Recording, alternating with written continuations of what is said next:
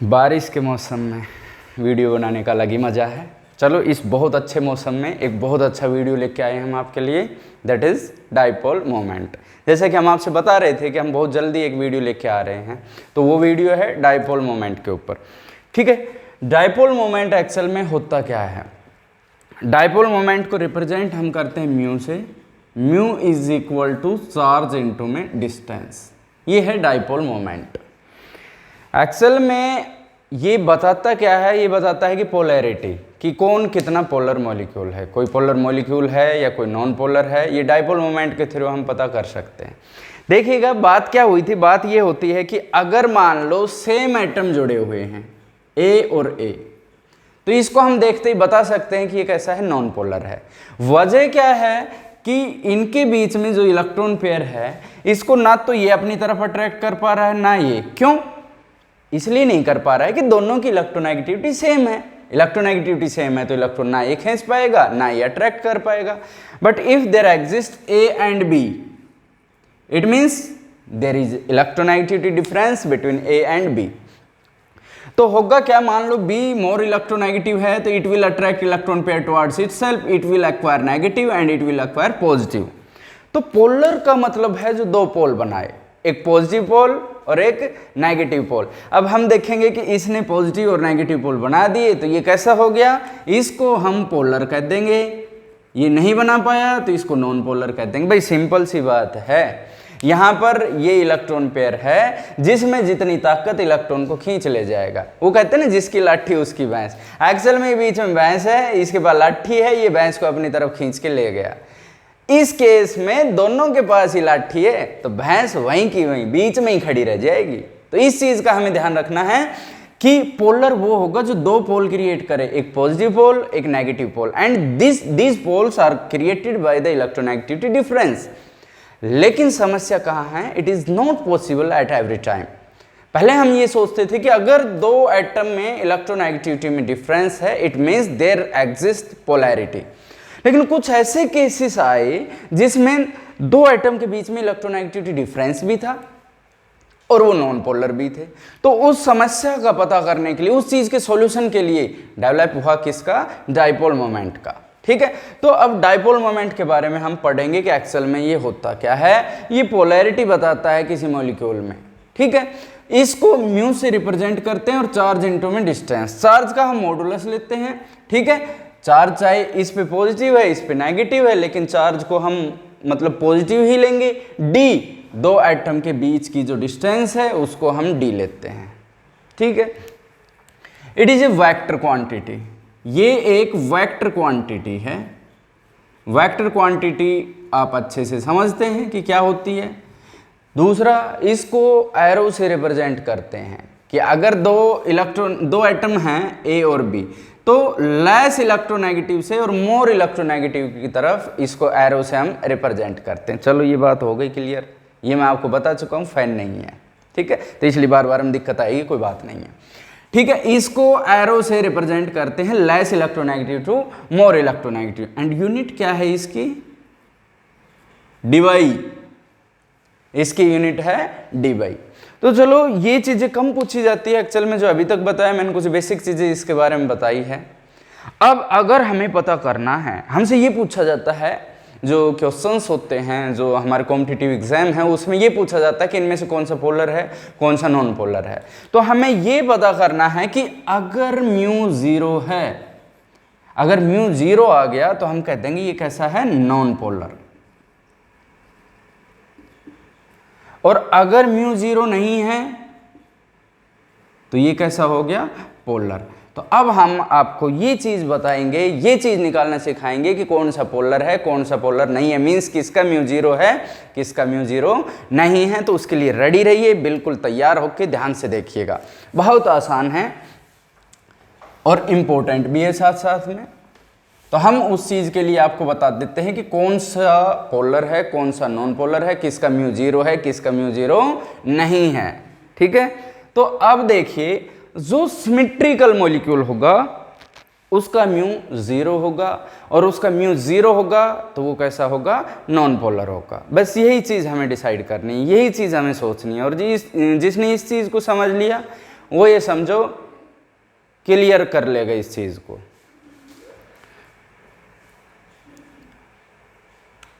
तो इसके लिए जैसे हम एग्जाम्पल लेते चलेंगे और उससे हमें पता चल जाएगा कि कौन सा सिमेट्रिकल है और कौन सा सिमेट्रिकल नहीं है। अगर मैं बात करूं CO2, आवाज आ रही है भाई यहां तक? CO2 है, अगर मैं CO2 की स्ट्रक्चर बनाऊं तो CO2। अब हम इसमें देखेंगे कार्बन लेस इलेक्ट्रोनेगेटिव है और ऑक्सीजन मोर इलेक्ट्रोनेगेटिव है। लेस इलेक्ट्रोनेगेटिव से मोर इलेक्ट्रोनेगेटिव हम एरो से रिप्रेजेंट करते हैं। लेस इलेक्ट्रोनेगेटिव से मोर इलेक्ट्रोनेगेटिविटी की तरफ, लेस से मोर, इस तरीके से।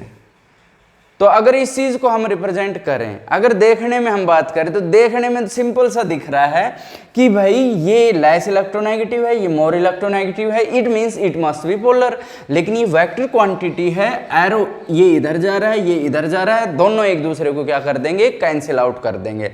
तो इसका नेट डाइपोल मोमेंट म्यू क्या होगा? 0।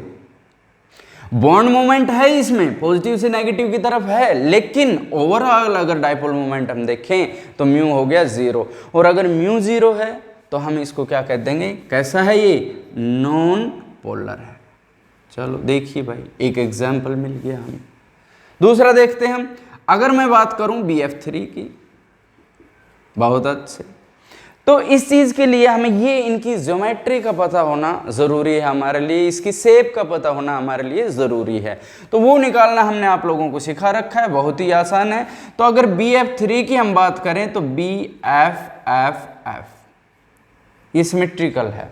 मैं आपको बता दूं, सिमेट्री के लिए आपको पता किस चीज का करना है। सिमेट्री के लिए सेंट्रल मेटल पे एक तो क्या होना चाहिए? लोन पेयर का नहीं होना जरूरी है। इस पे लोन पेयर नहीं है, इसका मतलब ये सिमेट्रिकल है। दूसरी चीज, जो ये तीनों एटम जुड़ रहे हैं, ये एटम सेम होने चाहिए। अगर सारे एटम सेम जुड़ रहे हैं सेंट्रल मेटल के साथ, सेंट्रल एटम के साथ, और लोन पेयर नहीं है, तो हम कह देंगे सिमेट्रिकल है। सिमेट्रिकल है तो म्यू क्या हो गया? 0। हम कह सकते हैं कि म्यू 0 है। इसका म्यू 0 क्यों है भाई? वैसे तो ये यहां से यहां जा रहा है, यहां से यहां जा रहा है और यहां से यहां जा रहा है। क्यों जा रहा है यहां से यहां?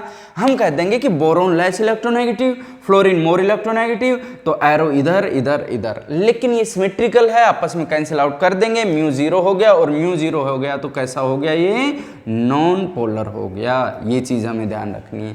चलिए कोई बात नहीं, थर्ड पॉइंट पे हम पहुंचते हैं। जैसे हमारे पास है CH4। CH4 की स्ट्रक्चर जो है ये है H और H, टेट्राहेड्रल ज्योमेट्री होती है इसकी। अब वही चीजें जो आपसे डिस्कस हुई है उसमें हम देख सकते हैं कि सेंट्रल जो एटम है उस पे कोई लोन पेयर नहीं है।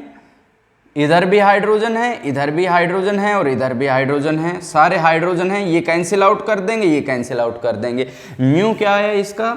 0। और अगर म्यू 0 है तो कैसा हो जाएगा? ये नॉन पोलर हो जाएगा।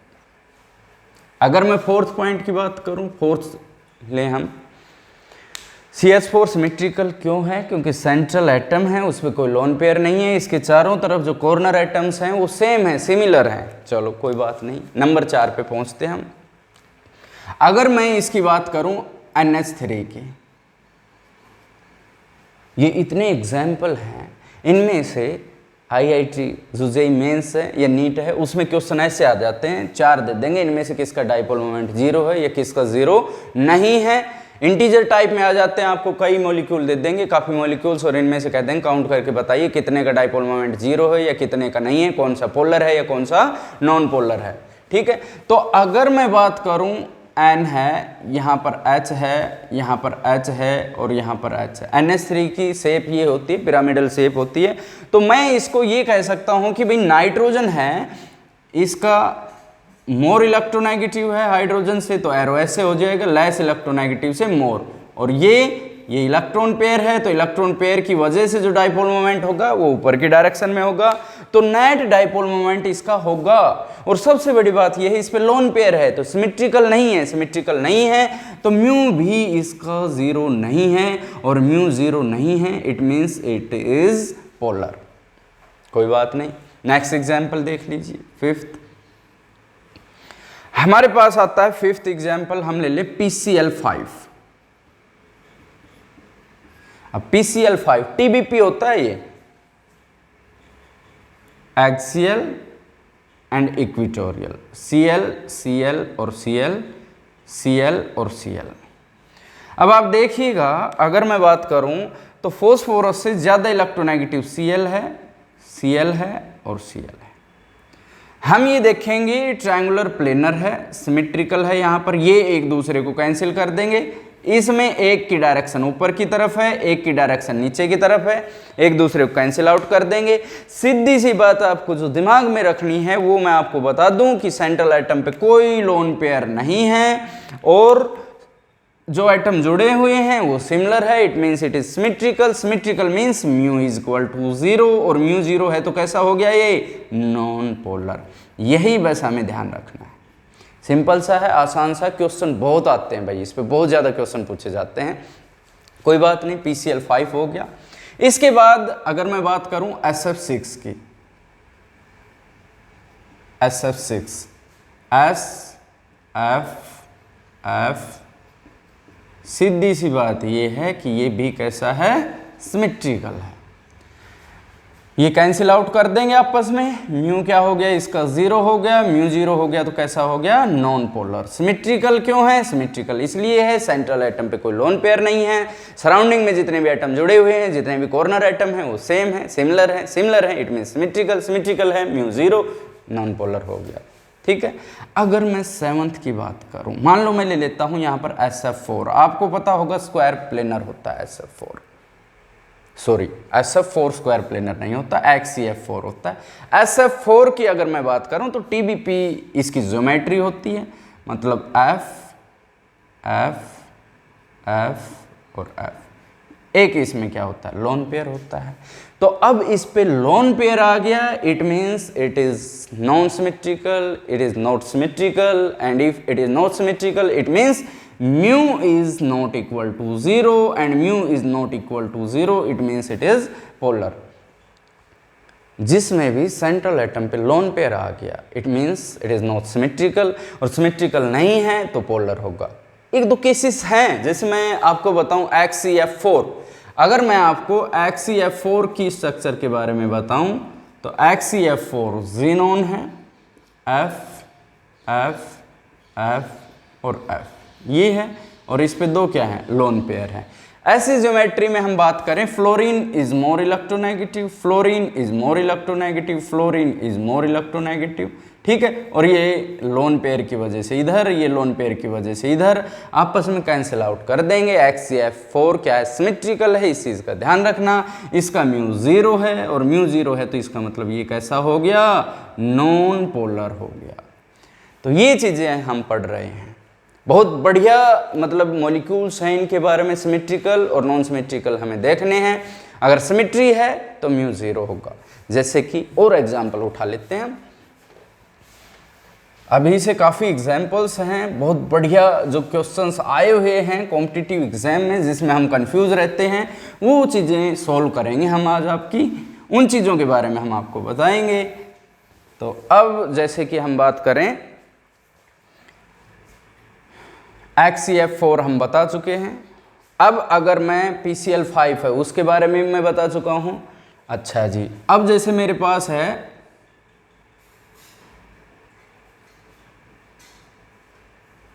डाइक्लोरोबेंजीन। अब इसमें अगर मैं बात करूं तो ये इधर है और ये इधर है, ये नीचे की तरफ है, ये ऊपर की तरफ है, तो इसका मतलब म्यू क्या है, 0। म्यू 0 है तो इसका मतलब ये कैसा हो गया, नॉन पोलर हो गया। डाइक्लोरोबेंजीन पैराक्लोरोबेंजीन है। अब अगर मैं इस चीज को कहूं कि मेरे पास ऑर्थो पे क्लोरीन लग रहा है और मेरे पास मेटा पे क्लोरीन लग रहा है, ठीक है, तो ये कैंसिल आउट नहीं कर रहे हैं, इसका मतलब इनका म्यू 0 नहीं है और म्यू 0 नहीं है, इसका मतलब ये कैसे है, पोलर है। ये भी पोलर है और ये भी पोलर है, दोनों ही केसेस में ये कैसे हैं, पोलर है। अब हमसे क्वेश्चन ये पूछ लिया जाता है कि किसकी पोलैरिटी ज़्यादा है, तो हम डायरेक्ट ये कह देंगे कि ऑर्थो है उसकी पोलैरिटी मेटा वाले से ज़्यादा होती है। वजह क्या है, वजह यही है कि अगर इसमें देखें तो कार्बन से और क्लोरीन की तरफ, कार्बन से क्लोरीन की तरफ, इसमें कार्बन से क्लोरीन की तरफ, इसमें कार्बन, ये थोड़ा सा अपोजिट में जा रहा है तो कैंसिल होगा। ये लगभग सेम डायरेक्शन में जा रहे हैं तो ऐड हो जाएगा, रिजल्टेंट इस डायरेक्शन में चला जाएगा। तो इसका ज़्यादा होता है डाइपोल मोमेंट, इसका कम होता है। ये चीज़ हमें ध्यान रखनी है, ठीक है। अच्छा, एक चीज़ अगर मैं ये कहूँ कि साइक्लोहेक्सेन है और इस पे 2 क्लोरीन लगे हुए हैं, अपोजिट डायरेक्शन में है, तो अगर हम इसको कैंसिल आउट कर देंगे, हम इसको कैंसिल आउट नहीं करेंगे, ठीक है, क्योंकि ये तो प्लेनर था, प्लेनर शेप थी ये साइक्लोहेक्सेन है, इसमें sp3 हाइब्रिडाइजेशन है, ये एक दूसरे को कैंसिल आउट नहीं करेंगे।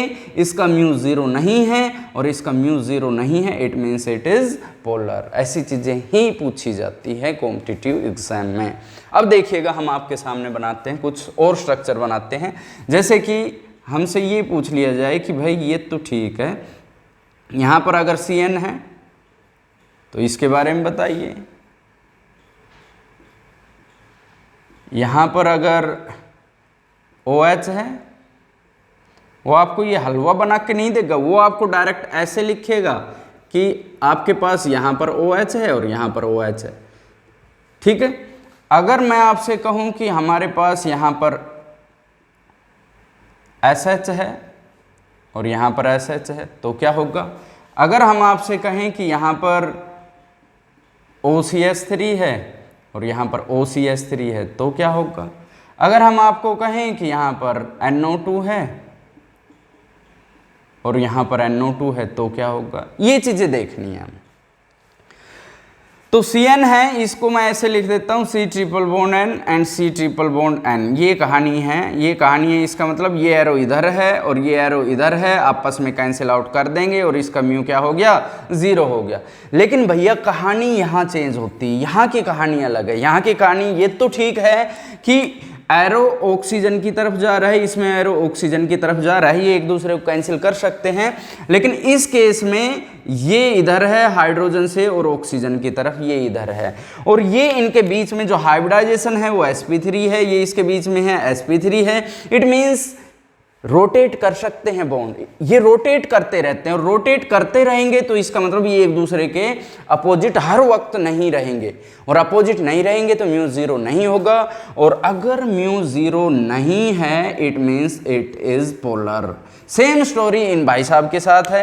इन भाई साहब का म्यू फिर से 0 नहीं है और mu is not equal to 0, it means it is polar. Same कहानी है भाई, इसमें भी, इसमें भी, इसमें भी। ये ध्यान रखना है आपको, इसमें भी म्यू 0 नहीं है, म्यू 0 नहीं है, it means it is polar. ओहो हो भाई साहब,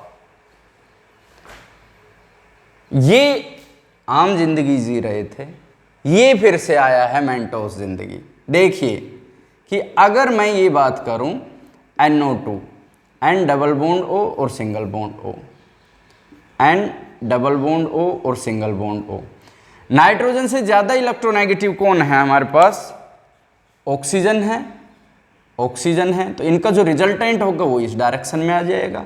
ऑक्सीजन है, ऑक्सीजन है, इसका रिजल्टेंट इस डायरेक्शन में आ जाएगा। एक दूसरे को कैंसिल कर देंगे। म्यू 0 है और म्यू 0 है, it means it is non polar. ये ध्यान रखिएगा भाई साहब।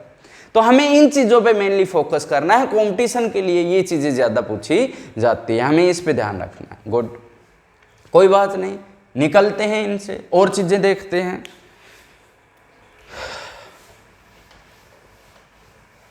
उम्मीद करता हूँ ये चीज़ें समझ आ रही होंगी और इन चीज़ों को हमने अपने माइंड में सेट करके रखना है।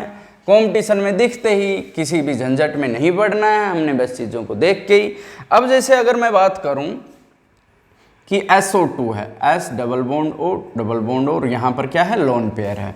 अगर मैं SO3 की बात करूं तो ये इस तरीके से है, ट्राइगोनल प्लेनर इसकी ज्योमेट्री है, सेंट्रल मेटल पे कोई लोन पेयर नहीं है, सेम एटम जुड़े हुए हैं, सिमेट्रिकल है, म्यू 0 है और म्यू 0 है तो कैसा हो गया, ये नॉन पोलर हो गया। इस केस में अगर हम बात करें तो इस पे सीधा सा है लोन पेयर है, लोन पेयर है तो म्यू 0 नहीं है और म्यू 0 नहीं है तो ये कैसा हो गया, पोलर हो गया। अब आपने सिस और ट्रांस के केस भी पढ़े होंगे। तो अगर मैं सिस और ट्रांस की बात करूं कि जैसे मेरे पास है C डबल बॉन्ड C, यहाँ पर H है, यहाँ पर Cl है, यहाँ पर H है और यहाँ पर Cl है। अगर सेम एटम एक साइड जुड़े हैं, जैसे ये इस प्लेन में है, ये ऊपर की तरफ है, ये नीचे की तरफ सेम जुड़ रहे हैं, तो हम इनको क्या कहते हैं, सिस आइसोमर कहते हैं, सिस। अब आप देखिएगा, chlorine is more electronegative than carbon, chlorine is more electronegative than carbon, carbon is more electronegative than hydrogen, carbon is more electronegative than hydrogen. ये इस डायरेक्शन में ऐड हो गए, ये इस डायरेक्शन में ऐड हो रहे हैं, तो इसका म्यू 0 नहीं है, म्यू 0 नहीं है तो इसका मतलब ये कैसा होगा, पोलर। इसकी एक ट्रांसफॉर्म होती है कि अगर C डबल बॉन्ड C और यहाँ पर क्या है, H है और यहाँ पर Cl है, लेकिन इस डायरेक्शन में Cl है और यहाँ पे H है। अब यहाँ को H है तो हम क्या कहेंगे कि भाई Cl ज़्यादा इलेक्ट्रोनेगेटिव है तो ये एरो इस साइड हो जाएगा, Cl ज़्यादा इलेक्ट्रोनेगेटिव है, एरो इस साइड हो जाएगा। अपोजिट डायरेक्शन में जा रहे हैं भाई साहब, कैंसिल कर देंगे, ये कार्बन की तरफ आएगा, ये कार्बन की तरफ आएगा, once again opposite side, it means mu is 0 और म्यू 0 है तो कैसा हो जाएगा, ये नॉन पोलर हो जाएगा। ये कहानी है इनकी। जो मैक्सिमम एग्जांपल्स हैं वो मैं आपको दे चुका हूं। एक चीज और बता देता हूं कि अगर मेरे पास है C डबल बॉन्ड C इस तरह से है, इस डायरेक्शन में H है, इस डायरेक्शन में Cl है, इस डायरेक्शन में Cl है, इस डायरेक्शन में H है, भाई साहब बताइए क्या होगा, बताइए क्या होगा। होगा ये कि अब हमारे पास हम कहीं ट्रांस है, ये अपोजिट में है, ये अपोजिट में है, कैंसिल हो जाएंगे। इस चीज को ध्यान रखना कि अगर हमारे पास ये इवन नंबर में डबल बॉन्ड है तो ये कैंसिल आउट आपस में नहीं कर पाएंगे, अगर ऑड नंबर में है तो ये कैंसिल आउट कर देंगे। तो हमें इस चीज में ये बताना है कि इस केस में ये कैसा है, कैंसिल आउट नहीं कर पाएंगे। इस केस में म्यू 0 नहीं है और म्यू 0 नहीं है तो it means it is polar. अगर यही ऑड नंबर में 3 ट्रिपल बॉन्ड हो जाते तो ये एक दूसरे को कैंसिल आउट कर जाते। अभी ये एक्चुअल में ऐसे है कि एक इस प्लेन में है तो दूसरा इसके परपेंडिकुलर है, एक दूसरे के अपोजिट नहीं हो पा रहे हैं, एक दूसरे को कैंसिल आउट नहीं कर पाएंगे। अगर मैं कहूं कि म्यू रिजल्टेंट हम कैसे कैलकुलेट करते हैं, mu resultant is equal to mu 1 का स्क्वायर प्लस म्यू 2 का square plus 2 mu 1 mu 2 cos theta. ये फॉर्मूला है भाई साहब म्यू रिजल्टेंट निकालने का। ओवरऑल रिजल्टेंट हम निकालेंगे तो इट इज द फॉर्मूला। तो यहां पे कई बार वो कह देता है कि भाई डाइपोल मोमेंट हाईएस्ट होने के लिए थीटा की वैल्यू क्या होनी चाहिए, तो कहा यह जाता है कि भाई अगर थीटा 0 है, थीटा 0 है तो म्यू रिजल्टेंट क्या होगा, मैक्सिमम होगा भाई। क्यों, आप देखिएगा अगर थीटा की वैल्यू 0 है तो ये पूरी वैल्यू 1 हो जाएगी, म्यू 1 का स्क्वायर प्लस म्यू 2 का स्क्वायर प्लस 2 म्यू 1 म्यू 2, तो म्यू 1 प्लस म्यू 2 का square it means it is equal to mu 1 plus mu 2। इसी तरीके से अगर हमसे पूछा जाए कि थीटा कितना होना चाहिए कि म्यू रिजल्टेंट क्या हो, मिनिमम हो, तो थीटा 180 के ऊपर म्यू रिजल्टेंट जो होता है वो मिनिमम होता है। ये चीजें भी हमें अपने दिमाग में रखनी है। तो ये एक कॉम्पिटिटिव एग्जाम पे बेस्ड क्वेश्चंस से भरा हुआ था। इसमें ये जो बेसिक जो छोटी छोटी चीज़ें हैं जो कॉम्पिटिटिव एग्जाम में पूछी जाती है वो मैंने आपको बताया है कि म्यू रिजल्टेंट मिनिमम कब होगा, क्यों होगा, म्यू मैक्सिमम कब होगा, ये चीज़ें हमें ध्यान में रखनी है। इससे हमें सिस ट्रांस का पता चल रहा है कि भाई ट्रांस का जो जनरली कह रहा हूँ मैं, हर वक्त तो नहीं, बाकी जनरली ट्रांस का म्यू 0 होता है और ट्रांस वाले क्या होते हैं, नॉन पोलर होते हैं। सिस जनरली कैसे पाए जाएंगे? पोलर पाए जाएंगे, क्योंकि इसका म्यू 0 के बराबर नहीं होता। तो ये कहानी थी डाइपोल मोमेंट की, ये क्वेश्चन थे डाइपोल मोमेंट के ऊपर। इतने एग्जाम्पल हमने आपको दे दिए कि इनसे बाहर पूछा जाना बहुत ही मुश्किल है। एक लास्ट एग्जाम्पल मैं आपको और देता हूं कि अगर मेरे पास है XeF2,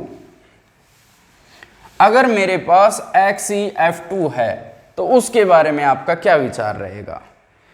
तो XeF2, तो सबसे पहले हमें इसकी ज्योमेट्री पता होनी चाहिए।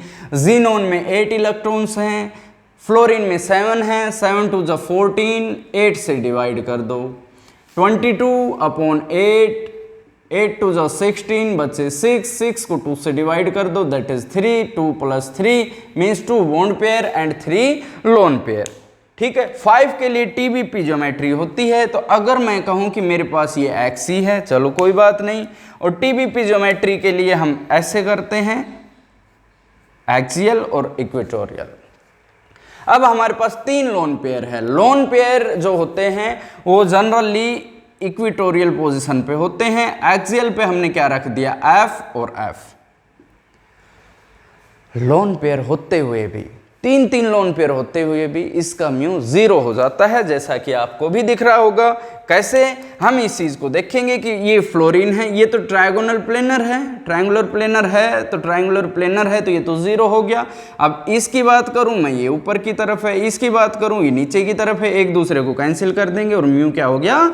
0 हो गया। और म्यू 0 हो गया तो ये कैसा हो गया? Non polar. तो कुछ मॉलिक्यूल XeF4 और XeF2 मैंने आपको बताया लोन पेयर होते हुए भी ये नॉन पोलर होते हैं। आज का लास्ट क्वेश्चन काफी बार कॉम्पिटिटिव एग्जाम में पूछा गया है कि हमारे पास NH3 भी है और हमारे पास NF3 भी है, इन दोनों में से किसका डाइपोल मोमेंट ज्यादा है? बहुत पूछा गया है भाई ये क्वेश्चन, इस पे फोकस करेंगे। तो उसके लिए हमें इसकी ज्योमेट्री बनानी पड़ेगी इस तरीके से। NH3 की तो हम पहले भी बना चुके हैं, और NF3 की बात करें तो कई बच्चे इसमें एक्सेल में कंफ्यूज होते हैं, और जिस क्वेश्चन में हम कंफ्यूज होते हैं, बच्चे कंफ्यूज होते हैं, NTA उन बच्चों के मजे लेता है, ऐसे क्वेश्चन दे देता है वो।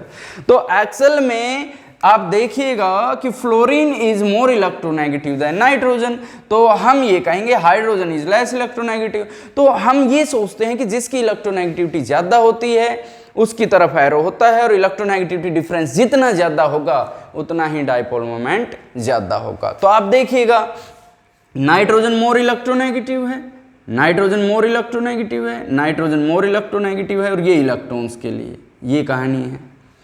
फ्लोरीन मोर इलेक्ट्रोनेगेटिव है, फ्लोरीन मोर इलेक्ट्रोनेगेटिव है, फ्लोरीन मोर इलेक्ट्रोनेगेटिव है, और ये इलेक्ट्रॉन की वजह से ऊपर की तरफ बॉन्ड मोमेंट है हमारे पास। अब बेटा देखिएगा ये दिख तो ये रहा था because fluorine is more electronegative, highly electronegative, there must be high dipole moment for NF3। But देखिए बेटा इसका नीचे की तरफ एरो, ये ऊपर की तरफ, ये जो है ये कैंसिल आउट हो जाएंगे या डिक्रीज करेंगे, माइनस होंगे, ये ऊपर है ये नीचे है, तो इसका रिजल्टेंट में ये 2 ऐड होंगे। इसकी बात करें तो सारों की डायरेक्शन ऊपर है, तो रिजल्टेंट होगा वो ऊपर की तरफ जाएगा, सारे ऐड हो रहे हैं। तो इस वजह से NH3 का डाइपोल मोमेंट NF3 से ज्यादा हो जाता है, जबकि होना NF3 का ज्यादा था, हो किसका जाता है?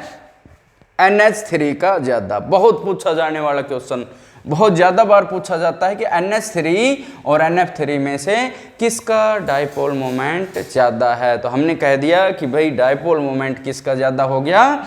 NH3 का। किससे? NF3 से। ये चीज़ें हैं, इन चीज़ों को देख के अगर हम इन पे फोकस करेंगे तो हम बहुत से क्वेश्चन सोल्व कर सकते हैं, हम अपने मार्क्स बढ़ा सकते हैं। हमने ये देखा था कि अगर ये चीज़ें हम देखें, इस चीज़ की हम अगर बात करें तो होता क्या है कि कई ये कहते हैं कि हमें वो क्वेश्चन सही करने जो औरों से नहीं होते, और मैं ये कहता हूँ कम से कम वो क्वेश्चन जो कि बहुत इजी हैं वो तो हमें सही करने ही पड़ेंगे। किस चीज़ के लिए?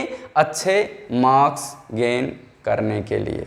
तो अब इस पे और बॉन्ड ऑर्डर के ऊपर, मतलब एमओटी, मॉलिक्यूलर ऑर्बिटल थ्योरी और डाइपोल मोमेंट पे नेक्स्ट वीडियो आ रहा है, मतलब इनके क्वेश्चंस पे। अभी तो हमने क्या किया है, इनकी बेसिक चीजें बताई है, अब हम क्या करेंगे आगे इन पे क्वेश्चंस लाएंगे कि किस तरह से क्वेश्चन आते हैं और किस तरह से हमें सॉल्व करने हैं। तब तक के लिए थैंक यू। जय हिंद, जय भारत।